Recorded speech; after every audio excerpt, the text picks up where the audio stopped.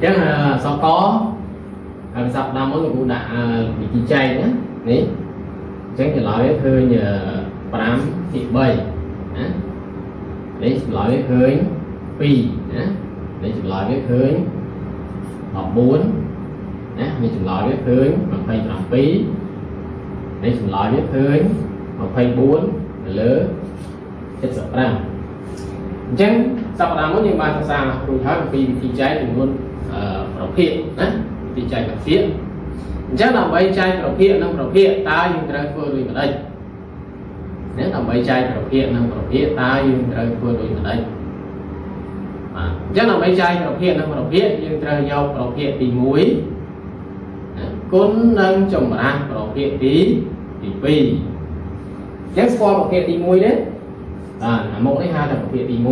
1ខាងក្រោយនេះគេហៅថាប្រភេទទី2ណាแล้วយកកដាឡើងអស់គ្នាវត្តលំហាត់ជាមួយនឹងគ្រូណាគ្រូមានលំហាត់មួយ8ភាគ4ចែកនឹង9ភាគ4អញ្ចឹងសាក់គិតតិចមើលឃើញប្រមាណ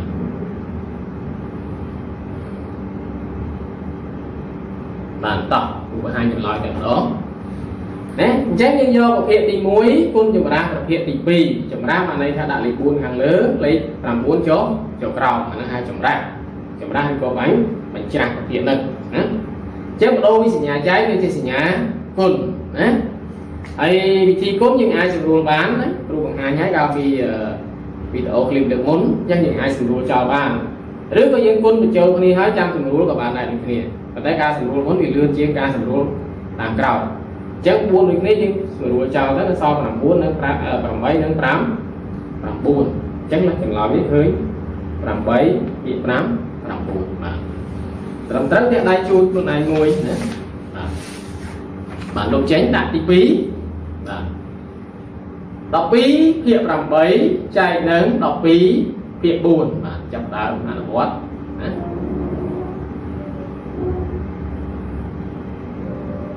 បាទរួចរាល់បាទគ្រូបង្ហាញចម្លើយតែម្ដងណាចឹង12ភាគ8គុណនឹង4ភាគ12បាទអញ្ចឹងបានន័យថាយើងចាប់ដើមសម្រួលលើក្រោមក៏បានឬក៏សម្រួលខ្វែងចេះក៏បានដែរឥឡូវគឺសម្រួលខ្វែងនេះបានន័យថាយក4ទៅចែកនឹង4បាន1 4 8ចែកនឹង4បាន2ណា12ដូចគ្នាយើងអាចគូចោលអញ្ចឹងលទ្ធផលគឺសល់ប៉ុន្មានអានេះសល់1អានេះសល់2អញ្ចឹងចម្លើយវាគឺ1ភាគបន្ទាប់ពីយើងធ្វើលំហាត់រួចឥឡូវយើងសិក្សាមេរៀនដដែលចំណុចថ្មីបាទគឺចំណុចចំណោទទៀតហើយបាទអាចថាគ្រូចំណោទក៏បានដែរបាទអញ្ចឹងមុននឹងយើងសិក្សាទៅលើចំណោទខ្លឹមសារចំណោទណាយើងសិក្សាទៅលើពាក្យពលិសមួយចំនួនសិនដែលអាចជួបនៅក្នុងចំណោទណាបាទទី1គឺម្សៅណាម្សៅខំធ្វើអំពីអង្ករឬក៏ដំឡូងចាំមកស្គាល់ណាហើយម្សៅនេះមុខទេហើយនេះគឺម្សៅតែធ្វើអំពីអង្ករឬដងដំឡូងសម្រាប់យើងមកធ្វើនំធ្វើអីហ្នឹងណាឧទាហរណ៍ដែលខ្ញុំទៅផ្សារទិញម្សៅណាបាវស្គាល់បាវទេបាទបាវគឺជាឈ្មោះការុងសម្រាប់ច្រកស្រូវអង្ករណាដែលធ្វើអំពីត្រចៅឬមីណាហើយជាអូនមួយចំនួនស្គាល់មួយចំនួនទៀតអាចអត់ស្គាល់ទេណាឧទាហរណ៍ជីតាខ្ញុំមានអង្ករ3បាវអញ្ចឹងអានេះច្រកវាជាបាវបាវប្រងធំណាច្រកវាណារងអ្នកពីជំនាញមានពំនុះដីដែលពូតសម្រាប់ដាំដំណាំផ្សេងអញ្ចឹងឧទាហរណ៍គេលើករងដាំដំណាំអញ្ចឹងពាក្យប្រមាណនេះអូនជួបនៅក្នុងចំណោទឥឡូវយើងទៅសិក្សាឧទាហរណ៍ចំណោទជាមួយលោកគ្រូទាំងអស់គ្នា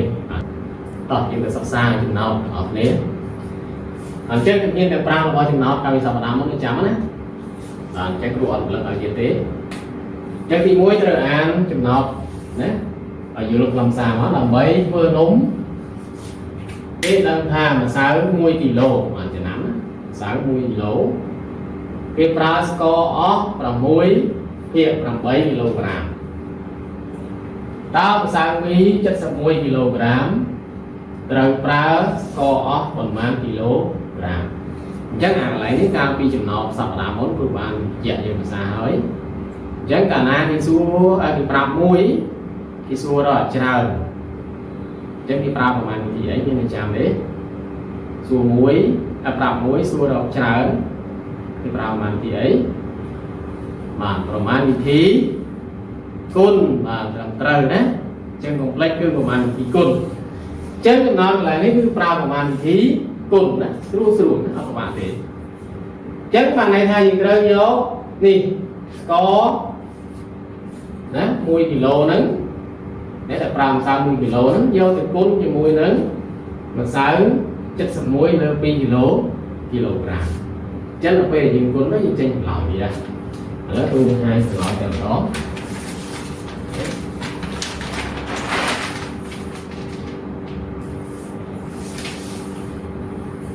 បាទចឹងវាមាន2ណាវាមានប្រមាណគីរបៀបឆ្លើយចឹងរកទម្ងន់ស្ករដែលត្រូវប្រើអញ្ចឹងយើងយកអាហ្នឹងណាធ្វើប្រមាណគីគុណជាមួយនឹង6ភាគ5 8ហ្នឹងចឹងដល់ពេលយើងគុណទៅឃើញ426លើ15 16ចឹងក្រោយពីការសម្រួលទៅឃើញប៉ុណ្ណេះណា213លើ5 8ចឹងខ្ញុំឆ្លើយថាគេប្រើស្ករអស់213លើ5 8ភាគ8គីឡូក្រាមណាចឹងតោះណាចឹងគេប្រាប់មួយសួររកច្រើនចឹងគេប្រើប្រមាណពីគុណណាចំណាំខ្លឹមសារចំណោទតោះឥឡូវចំណោទទី2ណាគេក្រាលការ៉ូស្គាល់ការ៉ូណាក្នុងបន្ទប់មួយមានផ្ទៃកន្លា75ភាគ2ម៉ែត្រកាណេអញ្ចឹងហ្នឹងគឺផ្ទៃកន្លាគ្រូបានបង្ហាញគឺជាកន្លារបស់ផ្ទៃមេរៀនសប្តាហ៍មុនណាតើគេត្រូវការការ៉ូប៉ុន្មានដើម្បីក្រាលឲ្យពេញណាបើការ៉ូនីមួយមានទំហំ1ភាគ25ម៉ែត្រការ៉េអញ្ចឹងកន្លែងនេះយើងសំខាន់គឺការជ្រើសរើសប្រមាណវិធីអញ្ចឹងយើងត្រូវជ្រើសរើសប្រមាណវិធីអីកន្លែងហ្នឹងគិតតិចមើលបាទបើគិតអត់ចេះទេគ្រូឧទាហរណ៍ងាយដើម្បីយើងជ្រើសរើសប្រមាណវិធីត្រូវឥឡូវមកថាគ្រូមានបន្ទប់មួយណាអត់លេងតូចយើងងាយយល់ចុះណាតែមានផ្ទៃណាផ្ទៃបន្ទប់ហ្នឹងផ្ទៃបន្ទប់ឧទាហរណ៍ថា20ម៉ែត្រការ៉េនេះឧទាហរណ៍ជាចំនួនគុតដើម្បីឲ្យយើងជ្រើសរើសប្រមាណវិធីមកត្រូវតើគួរជ្រើសរើសប្រមាណវិធីមួយណាក្នុងចំណោមប្រមាណវិធី14ណានេះបន្ទប់មាន20ម៉ែត្រការ៉េណាគ្រូចង់ក្រាលការ៉ូនៅក្នុងហ្នឹងណាក្រាលការ៉ូហ្នឹងឥឡូវថាការ៉ូຂະຫນາດយក្សចុះអញ្ចឹងការ៉ូមួយសន្លឹកហ្នឹងគឺមានទំហំវា2ម៉ែត្រការ៉េណាការ៉ូគេត្រឹមកើតមកថ្មីវាធំតិចចុះណាដាក់មកគឺ2ម៉ែត្រការ៉េនៅក្នុងបន្ទប់ហ្នឹងណាចឹងម្ដងទៀតមានន័យថាបន្ទប់ហ្នឹងមាន10ម៉ែត្រដល់20ម៉ែត្រការ៉េឥឡូវខ្ញុំចង់យកការ៉ូដែលមានទំហំ2ម៉ែត្រការ៉េទៅក្រាលក្នុងបន្ទប់ហ្នឹងតើលោកគ្រូត្រូវការការ៉ូចំនួនប៉ុន្មានសន្លឹកនេះត្រូវការប៉ុន្មានសន្លឹកបាទត្រូវការចំនួន10សន្លឹកឃើញទេ10សន្លឹកនេះយើងគូប្រើប្រមាណជាឃើញ10សន្លឹកហ្នឹងបាទយើងគូប្រើប្រមាណទីអីឥឡូវបើបូកចេញទេ20បូក2បាទអត់ចេញទេបើដក20ដក2ក៏អត់ចេញដែរណា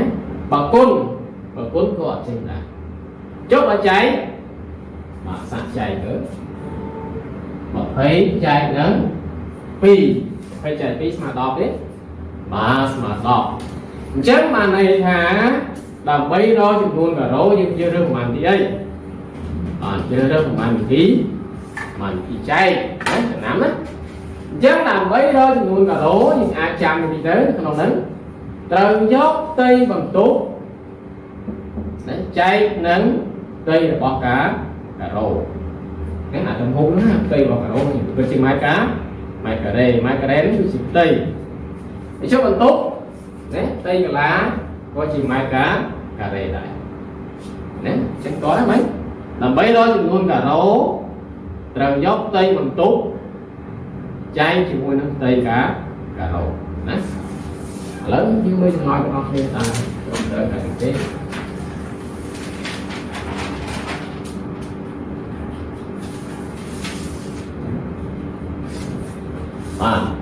chấm rốt chung luôn cả lô đại cái trời cá cá là quanh bón còn tốt anh ấy cứ chụp tây là bao bằng tốt anh ấy cứ chụp tây là bao cá cà rô giống như do tây bằng tốt chay chung tây cà rô máu nhưng khơi đấy mà con làm vậy đó chắc sập rám sầm lấp đấy mà con làm vậy đó chắc sập rám hiện phí xóm sầm lấp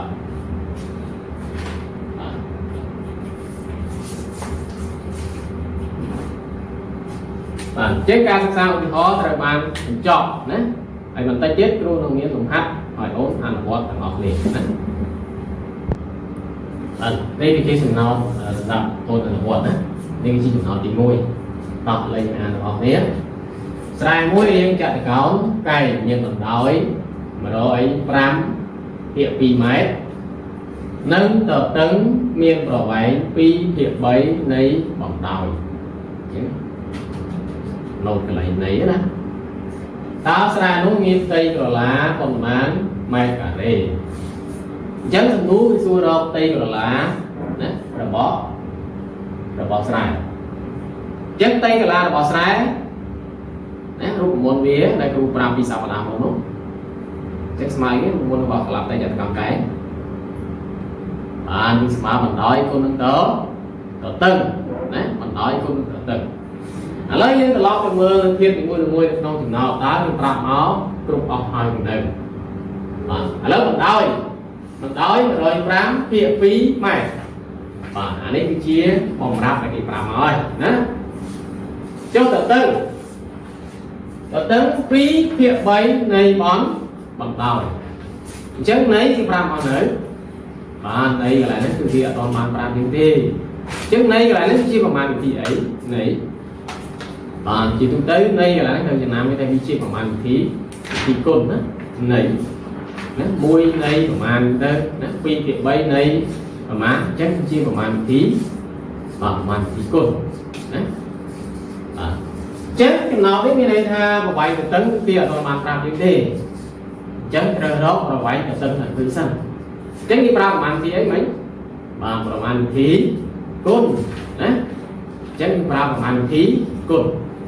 đó như cái đó sai thì nó đèn ó liền